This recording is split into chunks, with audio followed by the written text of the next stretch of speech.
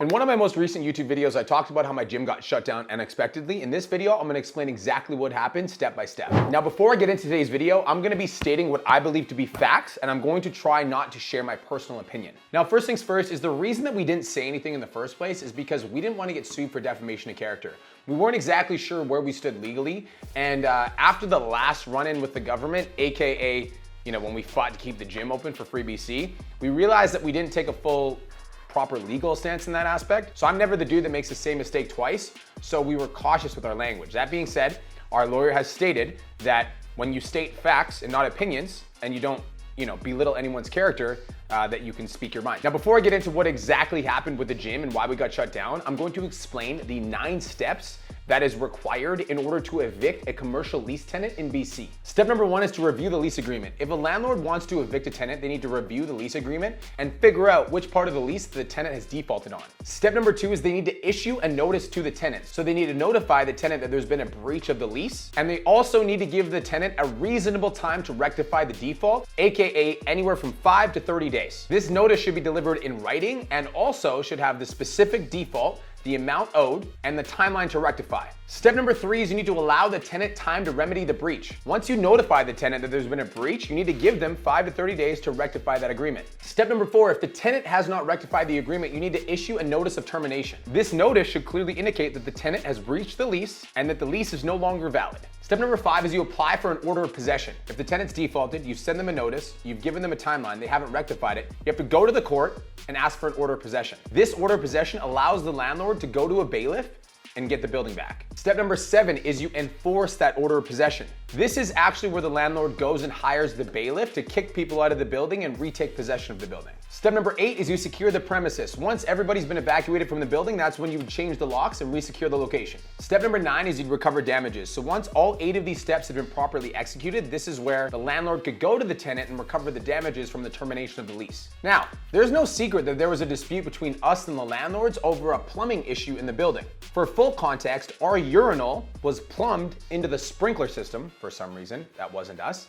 and it ended up flooding. And so when the urinal ended up flooded, what we did is we tried to shut the water off. Now, when we tried to shut the water off, the water wouldn't shut off because the urinal was plumbed into the sprinkler system outside. We didn't realize this. It took us about 4 hours to realize. Once we realized it was plumbed into the sprinkler system, we were able to turn the water off. At that point, the urinal had been flooding for 4 to 6 hours, and there was about $50,000 worth of damages. Now, this is where the insurance agent came in. He assessed the building. Our insurance agent determined that we were liable for some of the stuff that we put in. We put in the new flooring, we painted one of the rooms, so we were responsible for repairing those damages because those were tenant leasehold improvements.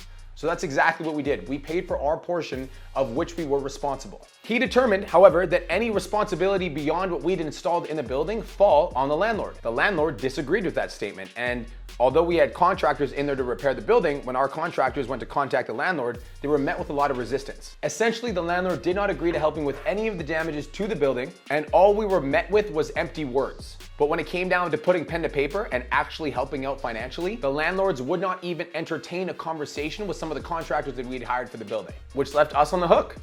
And we were blatantly disputing this with our landlords. We stated that we had no responsibility for the plumbing issue that was in the building when we didn't install the plumbing system in the first place. Now, the landlord notified us that we were in default of the lease, which is step 1 and 2. However, they did not give us a reasonable timeline to rectify the default, which is step 3. They also demanded $72,000, which is irrational because there was nothing that would have been $72,000. We had paid our rent up to that point. And the only unpaid rent was the month that we were paying for the damages to the building. So on a Saturday, they sent a demand letter for $72,000 that was due in 48 hours. The law states that a reasonable timeline to rectify a default is 5 to 30 days. They gave us 48 hours and it was sent on a Saturday. So then Cole and I flew to America because we were there to visit our mentors. So then the landlord skipped from step 2 to step 7, hired a court bailiff and kicked our members out of the building and changed the locks. There was no due process and they skipped 5 of the 9 steps required to evict a commercial lease tenant in BC. Now, why am I telling you this? Because as a member of the gym, you deserve to know the truth. Now, I do accept responsibility for the fact that the gym was closed, and I apologize for any inconvenience that may have caused to any of my members. Now, just to be super clear, there was no notice to terminate, which means we had no idea that an eviction was coming. There was no court order, and there was no reasonable timeline to rectify any default to the lease, which is why we didn't see it coming. So So for everybody that thinks like, oh, there's no way this could have happened without you guys seeing it coming, you just didn't know the full picture. We worked tirelessly to secure this for you guys. Now this is a lease document for our new building, which is off of Okanagan Highway, and it's the old Urban Distilleries building. And we got 10,000 more square feet of playroom, 24,000 square foot building. I mean, look at all this parking. Look at this. It's beautiful. And this is all ours. It is so fantastic. And you guys, I can't tell you how much stress we were under in these last couple weeks. And I just want to say to every single person that doubted us, that said that we weren't going to be successful, that said that we ran out of money, that said that the gym was going to close down, that said all this bullshit, every single one of you guys, f you, okay? So I got to say to you, watch. This is going to be the best gym in Canada, I absolutely promise you. Every single person that supported us, that believed in us, that had our back, that knew we were going to pull through, thank you. Your support means the world, and we are going to turn this into the best gym in Canada, not only to prove these is wrong, but also because you believe in us and you believe in the vision and you believe what we got going on. I promise you, the equipment, the lighting, the sound system, the atmosphere, the energy, the vibe will be second to none.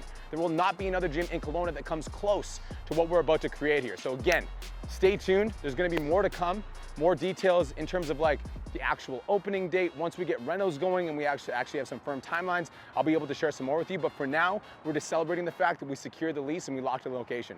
Peace.